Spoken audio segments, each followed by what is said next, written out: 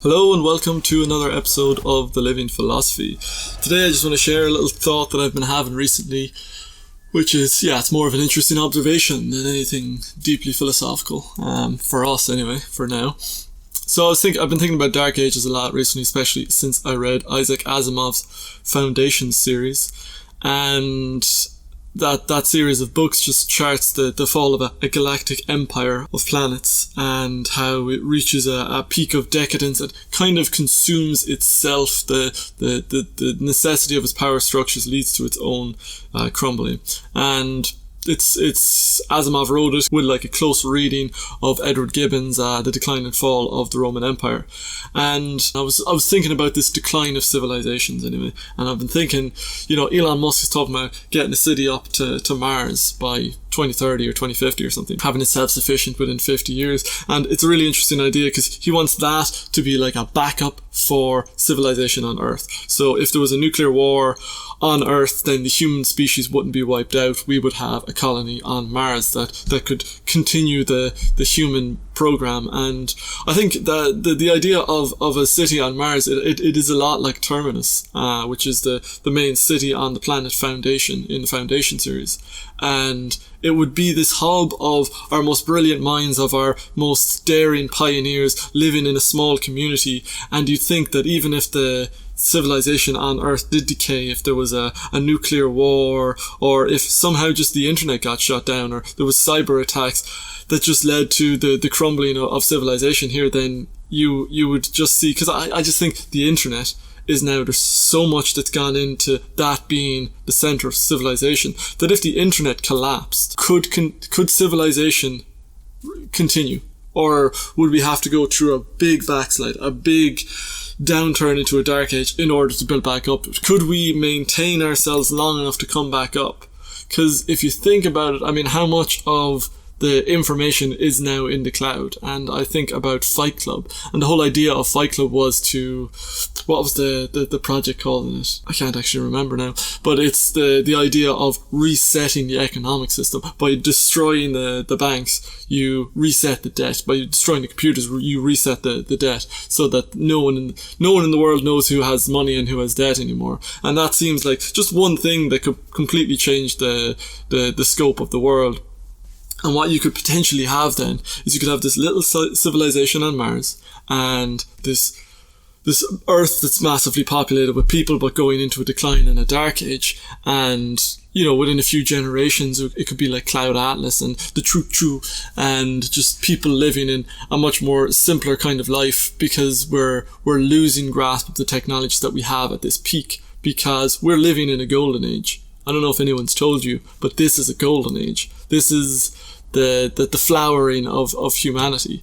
And you look at Homer, you look at the Greeks, they were always looking back to a greater time, but we don't look back to a greater time. This is the greatest time. This is the golden age, after which, when there's an inevitable decline, people will look back at this from the Silver Age, from the Bronze Age. They will look back at this as the time when humanity was golden.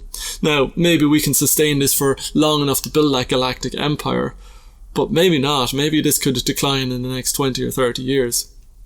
And so it's an interesting idea that we are at the peak of humanity. We are the ultimate flowering of humanity so far. We don't look back and idolize anyone. We are the ones that are idolized. And yet, we're miserable.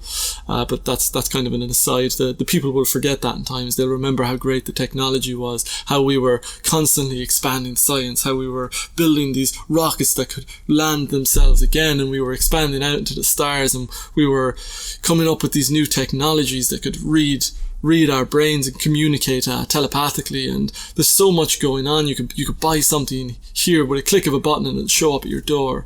And the world was safe. There was so much peace. Yes, there was still incidents. There was still there was always incidents of unsafety, but there was an unparalleled peace in these times.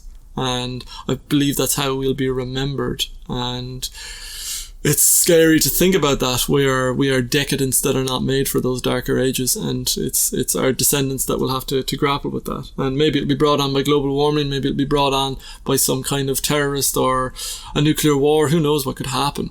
But if we last long enough to build a colony on Mars, then think about the next flowering of human civilization. Think 1,000, 2,000 years in the future, maybe 500,000 years in the future, long enough for people to kind of forget, and they'll know that there's a civilization on Mars. There will be Martians, and that Martian civilization will grow up in isolation with the myth of Earth, and we will eventually meet again. And that's a sci-fi, you know what I mean? These two separate civilizations living on two different planets, and one of them is the seed of another civilization. So yeah, the terrestrians versus the Martians at some point in the future. And you just think how interesting a meeting that would be for whichever civilization manages to reconnect.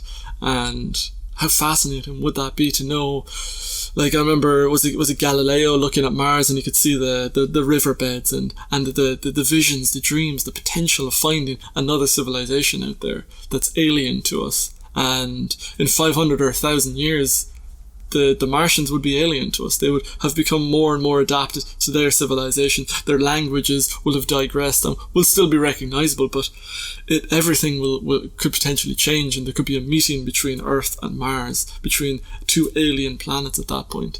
And that's a fascinating thought for me. So yeah, I just thought I'd share that dark age, golden age insight, and I hope you've enjoyed it. If you have, please subscribe if you haven't already, and I'd love to hear from you down in the comments. And if you like this video, give us a thumbs up, and I shall see you next time. Thank you for watching.